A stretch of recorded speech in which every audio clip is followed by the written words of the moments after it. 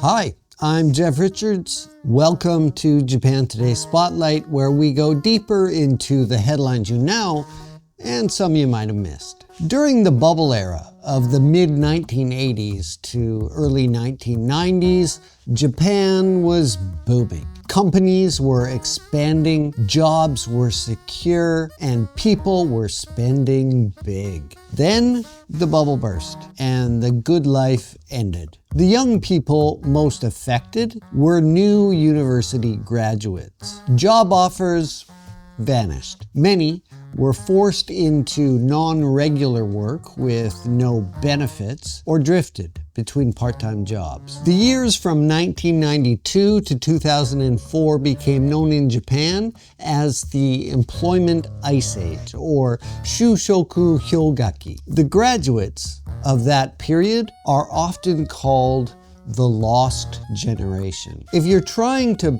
picture their age group, this roughly overlaps with Gen X, people now in their late 40s to late 50s. 30 years later, that lost generation is still struggling. In this edition of Japan Today Spotlight, we ask, what happened to Japan's lost generation, and can the government do anything for them now? Anyone who lived in Japan during the bubble years remembers that the period status quo, jobs were for life. University students were recruited by top firms before graduation. Salaries and bonuses were high. Japanese companies were even buying real estate and art overseas. But in 1992, the bubble burst. New university grads suddenly found companies were not hiring. Many applied to dozens of firms with no success. They had to settle for non-regular or part-time jobs with no pension or health insurance. Today, the Labor Ministry estimates that about 37% of Japan's workforce is non-regular. That's around 20 million people. Of those, about 17 million graduated during the Employment Ice Age. In a program on the issue, public broadcaster NHK interviewed a 49-year-old man who graduated in 1994. He eventually found work, but his wage has stayed low, much lower than younger workers starting out today. He said he can barely make a living and has not been able to save for his retirement. Stories like his are common. Others, drifting from job to job, have had to keep living with their parents as their savings dwindle. The problem is not only pay. Without a record of regular employment, this generation is often treated as lacking skills. That means they are shut out of promotions and career changes, leaving them stuck at the bottom while their younger, newer full-time employees and colleagues move ahead. After decades of being left behind, the outlook for the lost generation is grim. Most are now in their 50s. Their future pensions will be small because of years in low-paying, non-regular jobs. Japan's basic pension, known as Kokumin Nenkin, is set at 69,308 yen, about $470 a month in fiscal 2025, and that is not enough to live on. Regular company employees also pay into Kosei Nenkin, a second system for full-time corporate and government workers that provides much higher payouts on top of the basic pension. Many in the lost generation, though, never qualified, leaving them with only the very basic level. That means that poverty looms for many unless they keep working into their 70s, and that will put a strain on Japan's public finances and welfare system.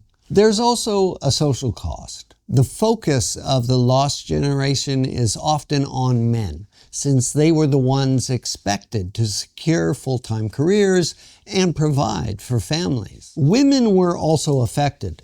Of course, some could not afford to marry or raise children at all. The result is higher rates of lifelong singlehood and isolation, which deepen the problems for Japan's already aging society and declining birth rate. In 2019, the government began a push to address the plight of the lost generation, but soon after, the pandemic created yet another freeze. Thousands of non-regular employees were laid off and companies stopped hiring. With the pandemic fully behind us, Prime Minister Shigeru Ishiba has returned to that push. The government wants more full-time workers and fewer non-regular workers, both to stabilize people's lives and to secure more tax revenue for social welfare. The government is urging companies to pay non-regular employees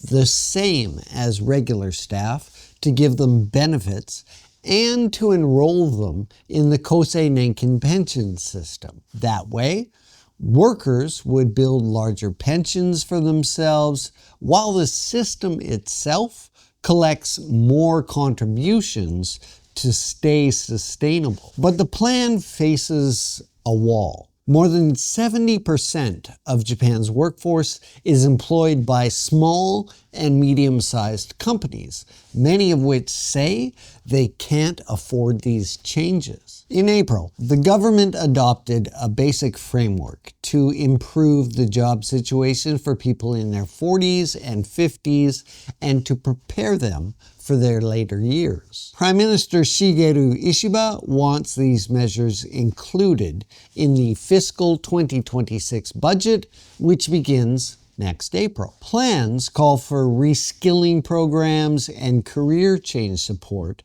through Hello Work public job placement offices. For older non-regular workers, the framework also suggests steps to help them secure housing, build assets, and stabilize their finances. For Japan's lost generation, survival has meant decades of scraping by. Even now, as reskilling programs and support measures roll out, the question remains, will it be enough to give this generation security, or is their fate already sealed? Sadly, it appears that the lost generation is still losing.